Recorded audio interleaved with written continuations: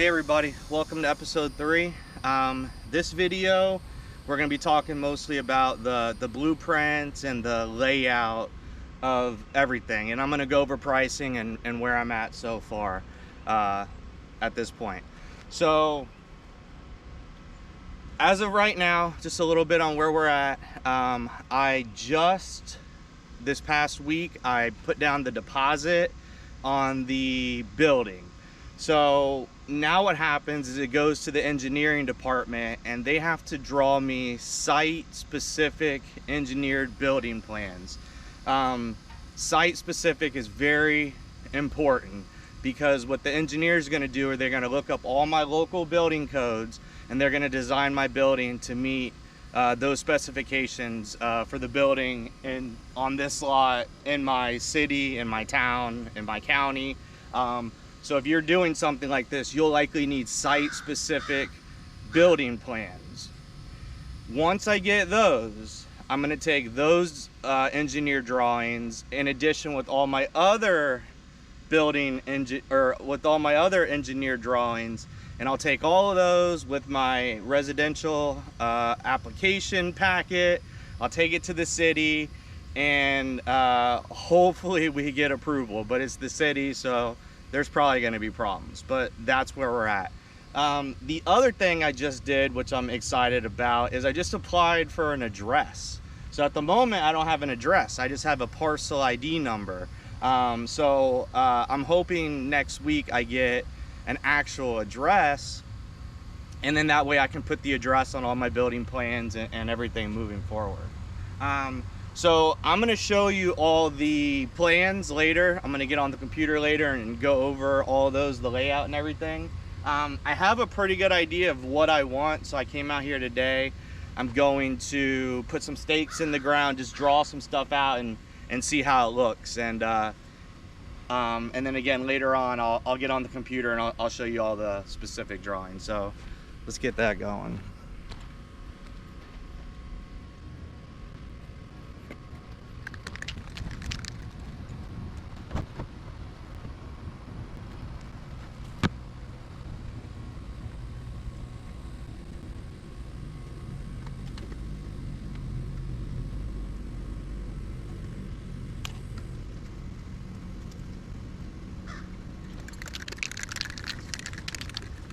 So I know the corner is going to be 40 feet from the driveway we extended, and then 10 feet off the pad.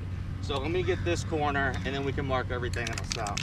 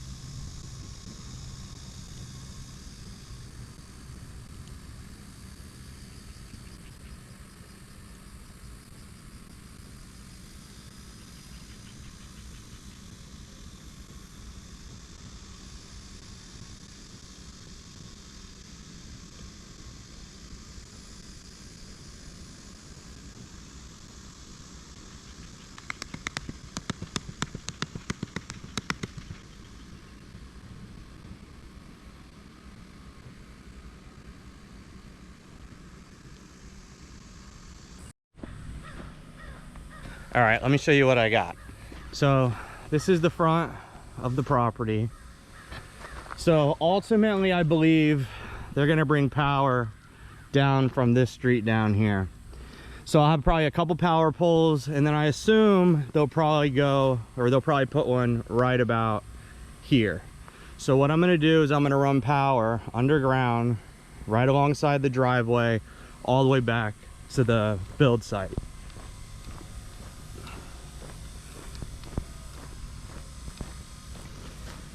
So it'll come right in about here, underground. I'll measure it later, but I think it's about 100 feet.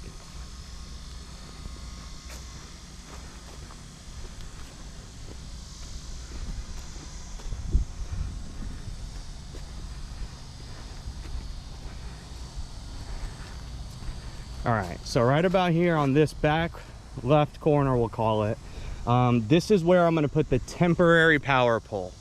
So power is not going to get hooked up to the house immediately. So what's going to happen is I'm going to install a temporary power pole, which basically just gives me temporary power. It gives me power right here at this area, so I can use it to, you know, run my tools, you know, I can use it to start pumping water, all that kind of stuff. So that's gonna go right here on this back left corner. Now, when I ultimately don't need temporary power anymore and I'm ready to put it inside the house after I have all my electrical and permits completed, I'm gonna move it from here, and I'm gonna bring it inside of the house over here, because this will be close to where my electrical panel is. But in the meantime, I'm gonna bring power right here to a temporary power pole. And then what I'm gonna do is I'm gonna run two 30 amp lines back here to the pad. One will go here. This is gonna be for the RV. And the other one will go here for the other RV. And they're 30 amps. I mean, they could also be used for like charging your electric vehicle if you had something like that. So that's kind of neat to have. And then I'm gonna bring one more line underground back here along the side of the pad.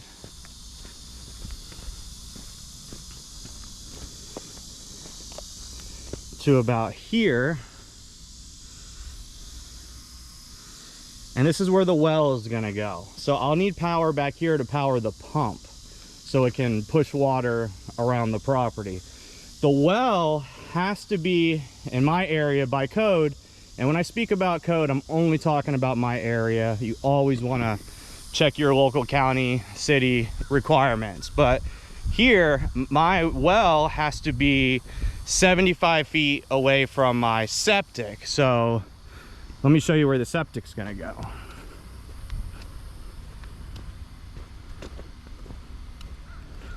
So just real quick, here's just a quick layout of the house. I don't know if you can see it. So I drew some quick stringers. They're not exact, but they're roughly 40 feet this way.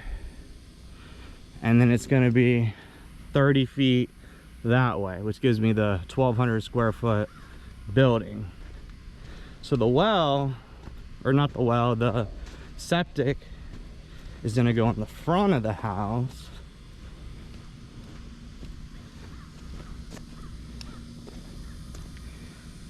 Here. So this would be the septic, and I just did like kind of like a little drain field area, not to scale, but this is gonna be roughly where the septic is in front of the house. And then by my code, from the house to the septic has to be 5 feet minimum. So I just drew like a little 6 foot line. So we'll bring the drain line will come from the house, main line here, to the septic, and then out to the drain field. So that's how that'll go.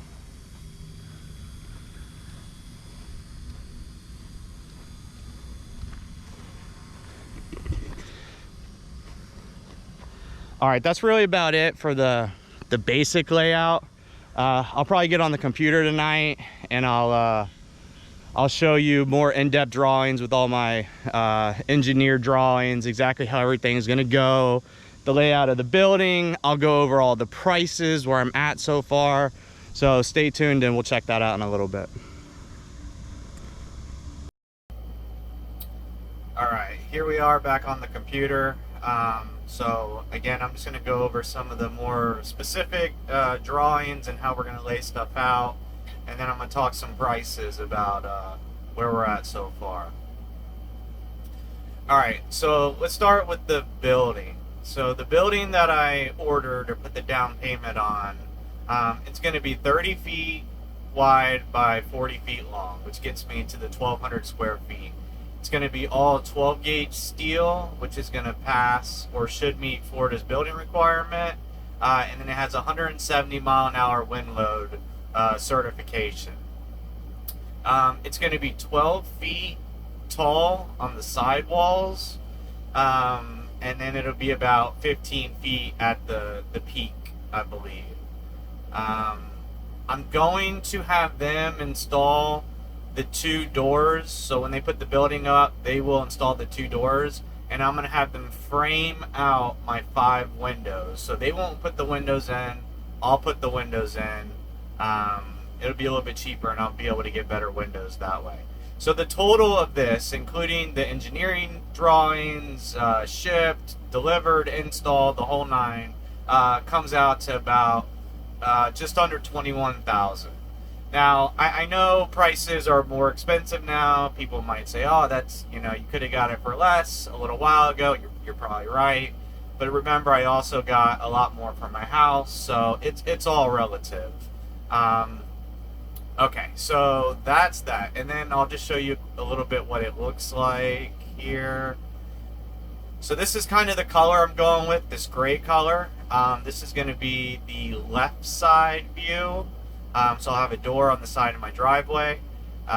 This will be the front view. I'll just have a single window, and I'll put up landscaping around the front. This will be where the kitchen sink is, so it'll overlook the whole front yard. This is the right side, which will be facing out into the side yard. And then this is the back view. So I have 2 windows back here. A door. This area in here will be my yard, that my main yard, and then back just below it a little bit further is where the RVs will be. So that's really it about the building. Let me get into some of the more specific plans. So this is the site plan, so like an aerial shot. So just real quick, the dimensions of the property is 165 feet wide by 303 feet long or deep. That gets me to a square footage of it gets me to about 1.14 acres. I think it's right at about 50,000 square feet. And just for comparison, I looked up the size of a football field, and that is about 1.32 acres with the end zones. So we're just shy of the area of a football field, which is pretty cool. It's a big lot. So here's the road you're always seeing me in the videos, and here's the driveway. So like I was talking about, the power will likely come up through here to our temporary power pole. Our temporary power pole will go here, and then I'll run power back here to those 30 amp breakers for the RVs. And then here is where the well is going to go. Here we've got about 110 feet from well to septic. I told you in the earlier video we only needed 75, so we're good there. But these are all I took. My dad drew everything up for me, so it is all legit. I took all his info off this page, just keep it private. But these are all the drawings that you will need to submit to your building department. So this is the site plan, which is basically just like the overall aerial shot of the property. This is the floor plan, So what I tried to do is I tried to keep all the plumbing on one side of the house, so that way it would be easy to run it directly to the septic. So here's a bedroom, here's a bedroom, the kitchen's in the middle, and then this whole area here will basically be the like living room. This is going to be that window that I showed you on the front, right where the sink is. So again, all of this, all of the plumbing I tried to keep on the one side, just for convenience. But this is the site plan. This is a drawing that you will need, or this is a floor plan. This is a drawing you will need for code to get permitted. I'll just kind of run through them. This is the drawing of the slab that shows the depth. It shows the footer. This over here is the wall construction. You'll have your steel wall, then I'll have insulation and drywall. So that's that. This is the plumbing, all the sewer lines. It shows you all the exact sewer lines. You'll need all of that. It shows it goes to the septic. These are all your risers, your venting for your sewer. It shows all of that. This is the water plan. It shows all my water lines and the sizes that I'll need inside of the building. This is the electrical plan. This shows basically where all the circuits are going to go. Or this one is the circuiting one. It shows all the circuits. This one shows all the outlets and all of that. And then the last one is the HVAC, or the air conditioning heating plan. Initially, I'm going to do window units initially, but I did want to get this submitted so that when I do decide to do this, I'll be ready to go. But that's really it with the plans. The site plan is my favorite. You know, it just kind of shows everything, but that's it. So again, my last step here is just to wait for the engineered drawing from the builder, or from the building that I put the deposit on, and then once I get that, I'll take all of these drawings down to the building department and start applying for everything. So hopefully no issues there. But that'll be it for this video. Stay tuned, and we'll see you on the next one.